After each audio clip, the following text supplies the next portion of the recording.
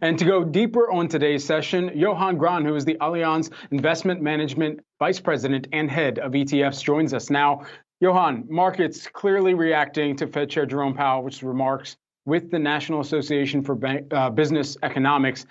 Are we right back to mid-February again, perhaps, with the combination of international conflict pressuring oil prices and then the unknown of just how aggressive the Fed will be? Yeah, I think we're a few steps beyond that, frankly. We've seen the Fed's communication now play out for over the past couple of months, and the rhetoric has been getting tougher and tougher and become more and more hawkish, right? And this latest show, if you will, from Jerome Powell, I'm not sure if that's really well placed or how the market will really appreciate, a little bit of a joke when he is effectively looking to inflict some pain on the economy, which is his first mandate. Number one is to cool it off, and that's not going to feel good. And when you have inflation coming through, and you see it everywhere, you see it in airline tickets, you see it in the cost of paint and houses, and you see it even if you go to grab a cocktail these days, the ice cubes are getting bigger. You have shrinkflation coming through. These are real issues. So I think the joke there is probably something that he might be second guessing. And Johan, then obviously we knew there were going to be more rate hikes coming. So it was interesting to see how the markets reacted to this. Do you think that means that they don't believe that having this rate hike isn't going to lead necessarily to recession or, as you mentioned, stagflation? Well, you have the two different markets, right? You see the S&P 500, you saw a little bit of a hiccup as he was talking and then after as well. But the idea of having a 50 basis point hike has been floated out there, for quite some time. And the odds of that 50 basis point rate hike just a couple of months ago was pretty high, I think up to 75% or so. So it's basically coming back to where the market expected him to go in the first place. And frankly, the 25 basis points that it did hike, it was kind of a non-event that he pulled out. And the bigger event was his communication around the potentially six more hikes coming this year. That's the story, and that's really what the market was expecting. And then today, in a way, he doubled down on the message, saying that you might be expecting 50 basis points in May and maybe another 50 after that. So I think the stance and the hawkishness around the table at the Fed has really just hardened. And the market did expect that to a large degree.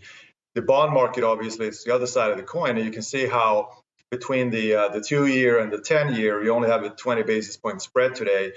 Those indications are forward-looking, if you will. And a lot of times when you see that, you start talking about recessionary winds blowing. So that's on the back end of the equity markets today. That didn't really do much. But at the end of the day, give it a couple of years, give it some time, that will come back. Powell joked that nothing would stop them, theoretically, from a 50 basis points hike. Do you expect it? What circumstances could lead to that? I think you're going to see the CPI print that's about to show up. It's not going to look kind. And that will be the indicator that the Fed is going to hang their hat on. It's a pretty straightforward story for them at that point. They're data-driven.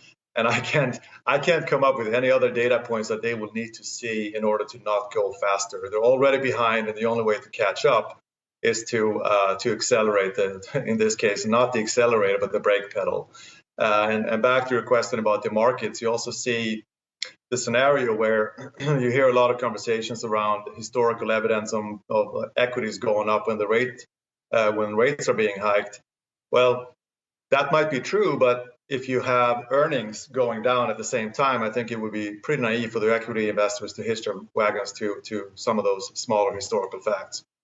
You may be a little bit biased on this front, but I'm going to ask it anyway. Since you're the head of ETFs, what is the type of asset that you would advise people to add to their portfolio at this time? Of course, ETFs are one of the ways for investors, for traders to add that hedge of protection. But even now, with some of the risk factors that we've laid out, what would you advise?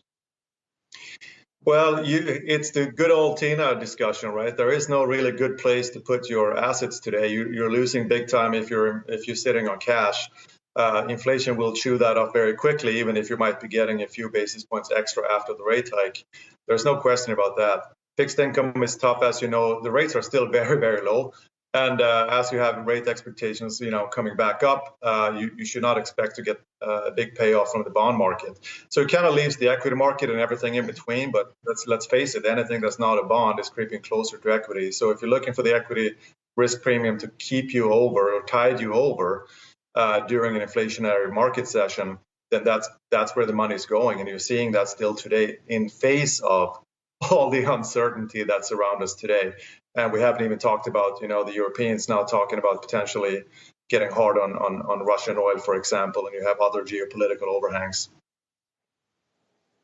Johan Grahn, Allianz Investment Management VP and Head of ETFs. Appreciate your insights today, sir. Thank you.